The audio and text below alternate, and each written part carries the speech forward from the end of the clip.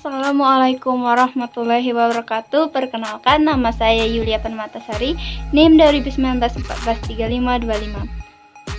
Baiklah, di sini saya akan menjelaskan tentang pengertian dan secara kepramukaan. Langsung saja kita akan membahas satu persatu. Yang pertama adalah Gerakan Pramuka Indonesia. Gerakan Pramuka Indonesia adalah nama organisasi pendidikan non formal yang menyelenggarakan pendidikan kepanduan yang dilaksanakan di Indonesia. Kata pramuka merupakan singkatan dari Praja Muda karena yang memiliki arti orang muda yang suka berkarya. Selanjutnya, pengertian pramuka. Pramuka merupakan sebutan bagi anggota gerakan pramukaan yang meliputi pramuka siaga, pramuka penggalang, pramuka penegak, dan pramuka pendegak. Kelompok anggota yang lain yaitu pembina pramuka, andalan pelatih, pamong saka, staf kuatir, dan majelis pembimbing.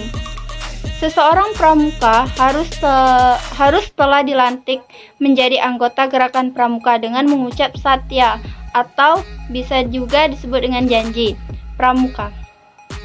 Selanjutnya, kita akan membahas tentang pengertian kepramukaan. Kepramukaan adalah proses pendidikan di luar lingkungan sekolah dan di luar lingkungan keluarga dalam bentuk kegiatan menarik, menyenangkan, sehat, teratur, dan terarah, praktis yang dilakukan di alam dengan prinsip dasar dan metode kepramukaan yang sasaran akhirnya pembentukan watak, akhlak, dan budi pekerti luhur. Kepramukaan adalah sistem pendidikan kepanduan yang disesuaikan dengan keadaan, kepentingan, dan perkembangan masyarakat dan bangsa Indonesia. Selanjutnya, secara garis besar dapat disimpulkan bahwa kepramukaan merupakan sistem pendidikan dan gerakan pramuka merupakan organisasi yang melaksanakan sistem tersebut atau kepramukaan. Sedangkan pramuka mengandung pengertian sebagai anggota dari gerakan pramuka. Jadi, pengertian antara kepramukaan, gerakan pramuka, dan pramuka mempunyai pengertian yang sangat berbeda, namun saling terkait. Selanjutnya, kita akan membahas tentang sejarah pramuka di Indonesia. Yang pertama, sebulan sesudah proklamasi kemerdekaan Republik Indonesia, beberapa tokoh kepramukaan berkumpul di Yogyakarta dan bersepakat untuk membentuk Panitia Kesatuan dan Kepanduan Indonesia sebagai suatu panitia kerja. Menunjukkan pembentukan suatu wadah organisasi kepramukaan untuk seluruh bangsa Indonesia dan segera mengadakan Kongres Kesatuan Kepanduan Indonesia. Yang kedua, kongres yang dimaksud dilaksanakan pada tanggal 27 sampai 29 Desember 1945 di Surakarta. Dengan hasil terbentuknya Pandu Rakyat Indonesia, perkumpulan ini segenap pimpinan dan tokoh serta dikuatkan dengan janji ikatan saksi. Lalu, pemerintah Republik Indonesia mengakui sebagai satu-satunya organisasi kepramukaan yang ditetapkan dengan keputusan Menteri Pendidikan, Pengajaran dan Kebudayaan nomor 93-Bak-Gian-A-Gal 1 Februari 1997. Selanjutnya, bagian yang ketiga, tahun-tahun sulit dihadapi oleh Pandu Rakyat Indonesia karena serbuan Belanda.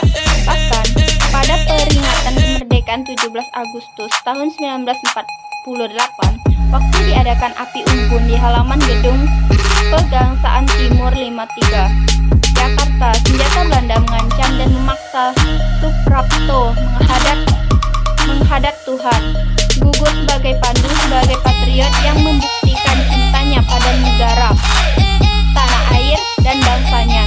Di daerah yang diduduki Belanda, Pandu Rakyat dilarang berdiri. Keadaan ini mendorong berdirinya perkumpulan lain seperti Kepanduan Putra Indonesia atau yang disingkat dengan KPI, Panduan Putri Indonesia, PPI, Kepanduan Indonesia Muda, KIM.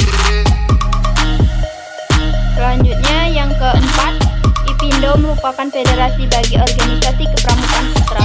Pada tahun 1953, IPINDO berhasil menjadi anggota kepramukaan sedunia. Sedangkan bagi organisasi putri terhadap dua federasi yaitu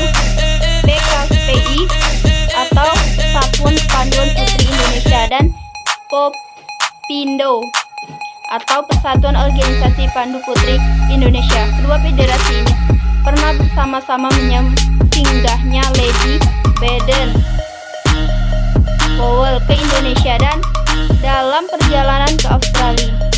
Yang kelima, Sri Sultan Hamengkubuwono IX adalah salah satu tokoh lahirnya Pramuka Indonesia.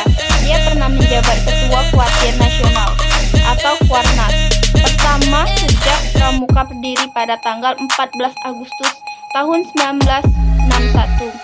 4 periode berturut-turut Sri Sultan Hamengkubuwono IX menjabat, yakni pada masa bakti 1961 sampai 1963, yang kedua 1963 sampai 1967, terus 1967 dilanjut dengan 1970 dan sampai dengan 1970 sampai 1974. Selanjutnya yang keenam, dalam buku berjudul Hamengkubuwono IX Expressing Prophetic Leader, memimpin dengan kecerdasan intelektual dan spiritual. Editor Fahmi Hadi dan Najib Majid. Terdapat beberapa tulisan kenangan dari pengurus Kuarnas Gerakan Pramuka. Salah satunya adalah Prijo Budiono yang saat itu bekerja di kantor Kuartir Nasional Gerakan Pramuka pada tahun 1972. Yang ketujuh, di Kuartir Nasional dia dipanggil dengan sebutan Kak Sultan HB. 9. Prijo merekam berbagai hal atau pengalaman selama bekerja di Kuarnas. Beberapa di antaranya mengenai perjalanan ke Sumatera Utara untuk pertemuan Kuarda di perkemahan Sibolangit. Baiklah, terima kasih. Wassalamualaikum warahmatullahi wabarakatuh.